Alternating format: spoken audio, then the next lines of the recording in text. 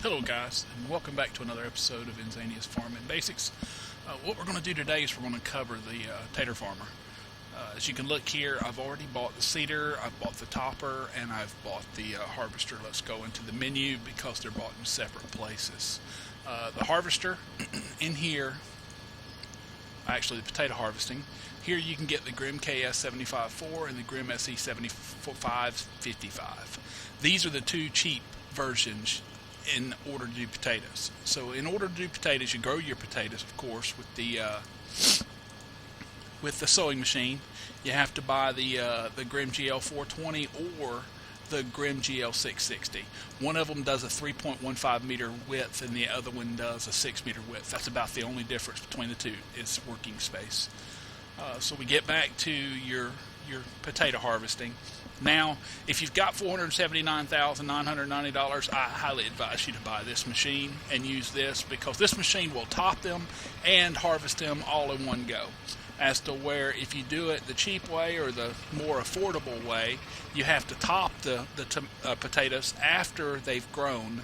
Then you can go back and harvest them. And basically all topping does is it cuts all the green vegetation off the top of it, and then the harvester digs the potatoes up out of the ground as it goes along.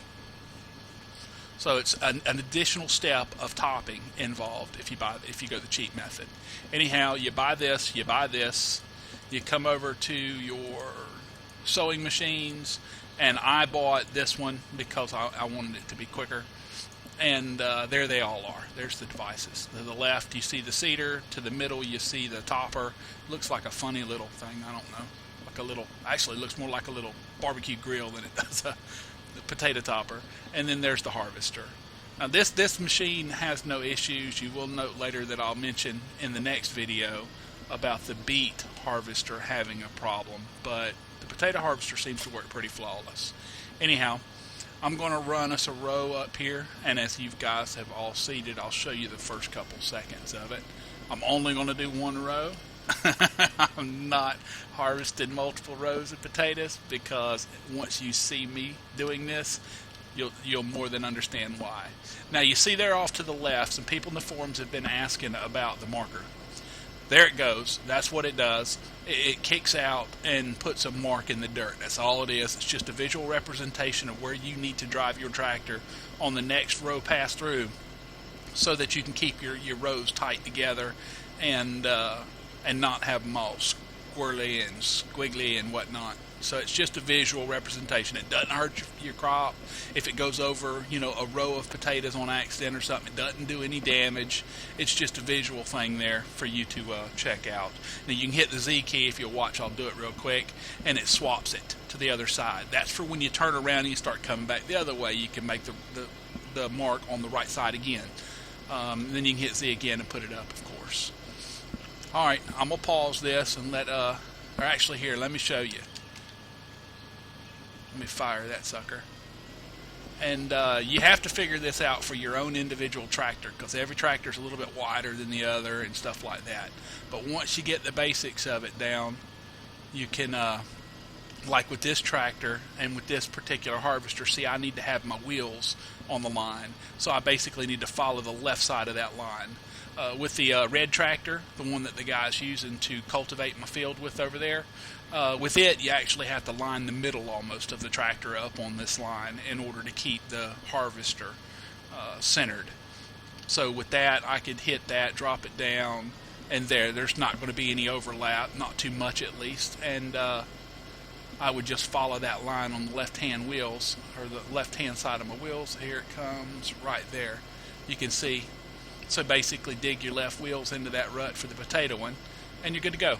Alright, so let me get lined up, and I'll go ahead and finish. Alright, there we go. I went ahead and did 2 lines and then part of a third.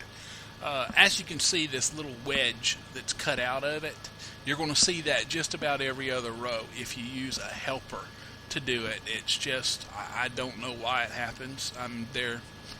It's just a part of the helper system. So realize that you're going to have that little wedge along about 4 of them or so in this side field, maybe 5, for every new row or every other new row that he does.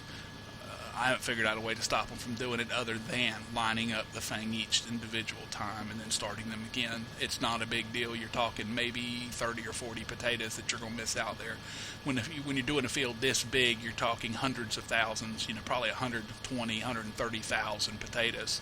So I don't think we're worried about 10. So I'm going to super speed this here real quick with time lapse, and I'll be right back when we're ready to top some potatoes. Alright, take a look at this. You can see the yellow flower. There's a flower bud on top of all these potatoes. This is a good indicator that they're close to being ready to done, but not quite. They're on the last phase now. And the reason that I'm showing you this will become very evident here shortly when they are finished. So just keep that in mind, and you're about to see them in the next phase here when I come back. And we are back. Alright, notice the big difference. Almost everything on top of the taters dies when they go into ready to be harvested mode or topped. You look on the map, you'll see up there the little edge of green, because I only did a little tiny bit. They're ready to harvest, ready to be topped, basically. Alright, so I've hooked up the topper. The cool thing about the topper is that there is no speed limit involved. You can just rip and tear as fast as you want to go. So let's lower the topper, which is that button, turn on the topper, which is that button, and then you just beat feet down as fast as you can go. And it tops them, as you can see there. See it just tearing the top out? Leaves you this nasty little, I don't know, like a smear look. That's more than enough for this video. I'm going to top these off real quick. I'll be right back. Alright, we're topped and we're back connected up to the actual potato harvester. First thing you need to do is unfold this thing. It's pretty big, so it opens up. Then you need to turn it on.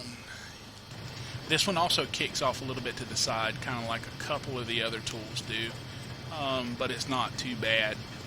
The trick to this one is figuring out how to drive it, because it only does one row at a time. And it's just ungodly. I can hate this thing. So yeah, I highly advise you don't grow any potatoes until you can afford the big machine, because it does like 5 or 6 rows at a time. I mean, it does a really good area. This one little row, and it's really, I mean, I can't say really enough times, really hard to tell what you've done and what you haven't done sometimes with this thing. So I'm going to kick around. Number one also is that, okay, I'm going straight. You have to make these obscenely huge circles in order to get back to where you're lined up again. Now, I like to look back on the tractor, and it's easier for me to line up and just follow that wheel.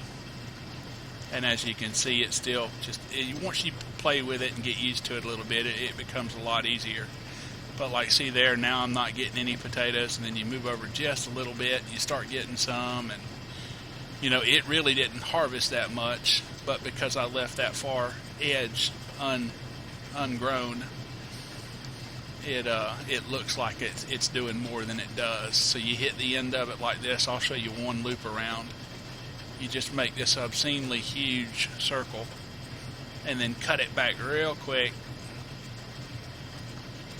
and almost just from figuring it out, and there we go. But you can miss a section in this real easy. And the one thing that I found that makes it a lot easier is that if you've got a big field and you've been growing it or you've been harvesting it and whatnot, you get back. If you go back and look, you'll see these little white dots. And sometimes you'll actually see partial rows. And you can also hit escape and look at your little map up there. And if there's any green left in the field, it'll be little dots. It'll let you know you missed a little bit. You're going to harvest, if you do a whole field, even with this single deal, you're going to harvest a good 100 and something thousand potatoes from this field. From my 15 and 16, you can see over there, it's all withered corn now, but I had connected them together with a plow, and I got like 89,000 or so. I can't remember exactly, but you can check the top of this forum page at the Giant Forums, and I've got a link to my yields where I grew everything over there on that field, each individual product, and then recorded and wrote down how much they yielded. So that's pretty much the gist of it. Let me let me get this thing over here.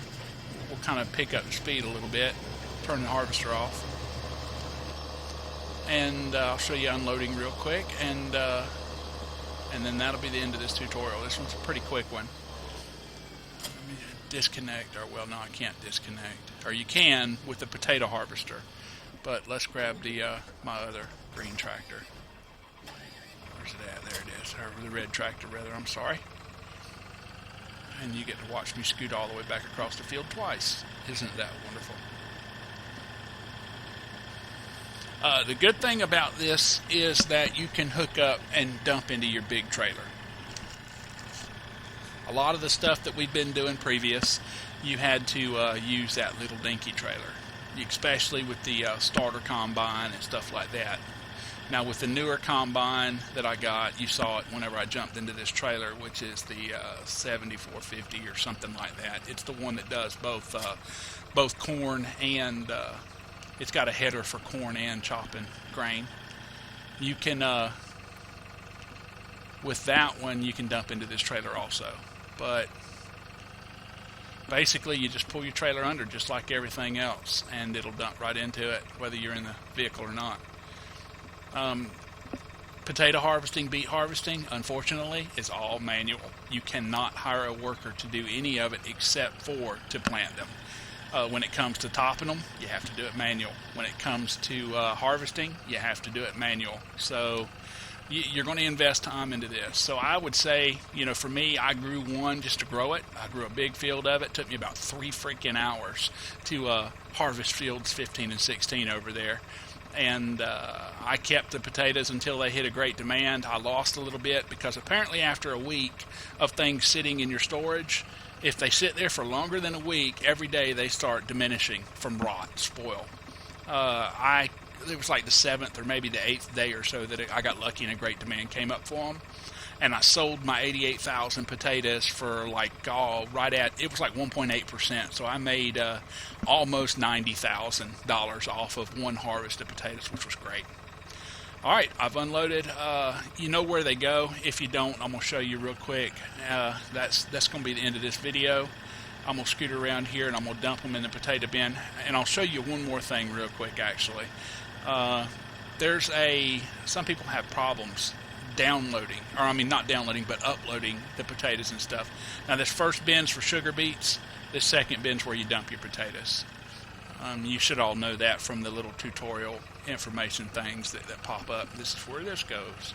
But anyhow, you back your trailer up in here, the unload button pops up, there you go, you unload, and you should have a little pool. Yeah, there's just a little dinky one over there, you can see it, barely, but you can see it over there. I've had that floor, the entire floor covered in potatoes. When you do a full field, it'll look like you got this huge heaping mound of potatoes. Now to pick them back up, you say you want to go sell them, you just pull your truck around here and you kind of angle off just a little bit outside of the potato thing. Let me back out some so you can see. See, I'm actually a little bit too far in, but there it goes. So just outside, it'll dump your taters in your trailer, and then you head on off to wherever you want to sell them at. All right, I'm going to be back shortly with another video on beet farming. We'll go over that one. It's a little bit quicker, but there's a glitch with the harvester, so I advise you watch at least the harvesting part of it. Hope you learned something. Have a great day.